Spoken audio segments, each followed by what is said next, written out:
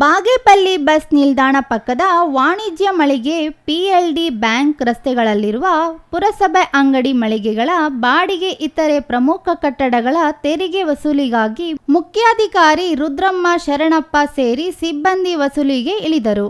ಇನ್ನು ಈ ವೇಳೆ ಕೆಲ ಅಂಗಡಿಗಳು ವರ್ಷಗಳಿಂದ ಬಾಡಿಗೆ ಬಾಕಿ ಉಳಿದುಕೊಂಡಿದ್ದು ಅಂತಹ ಮಾಲೀಕರಿಗೆ ಖಡಕ್ ಸೂಚನೆ ನೀಡಿದ್ದಾರೆ. ಪುರಸಭೆಗೆ ಸೇರಿದ ವಾಣಿಜ್ಯ ಮಳಿಗೆಗಳಲ್ಲಿ ಬಾಡಿಗೆ ಬಾಕಿ ಉಳಿದಿರುವುದು ಖಾಸಗಿ ಕಟ್ಟಡಗಳ ತೆರಿಗೆ ಪಾವತಿಸದೇ ಇದ್ದಲ್ಲಿ ಅಭಿವೃದ್ಧಿ ಕಾರ್ಯಗಳಿಗೆ ವಿಳಂಬವಾಗಲಿದೆ ಎಂದು ಎಚ್ಚರಿಕೆ ನೀಡಿದ್ದಾರೆ. ಲಕ್ಷಾಂತರ ಬಾಡಿಗೆ ಬಾಕಿ ಉಳಿದುಕೊಂಡರೆ ಅಭಿವೃದ್ಧಿ ಮಾಡಲು ಹೇಗೆ ಸಾಧ್ಯ ಎಂದು ಕೆಲವು ಅಂಗಡಿಗಳಿಗೆ ನೋಟಿಸ್ ನೀಡುವಂತೆ ಸೂಚಿಸಿದರು. Subbu, CTV news, Bagepalli.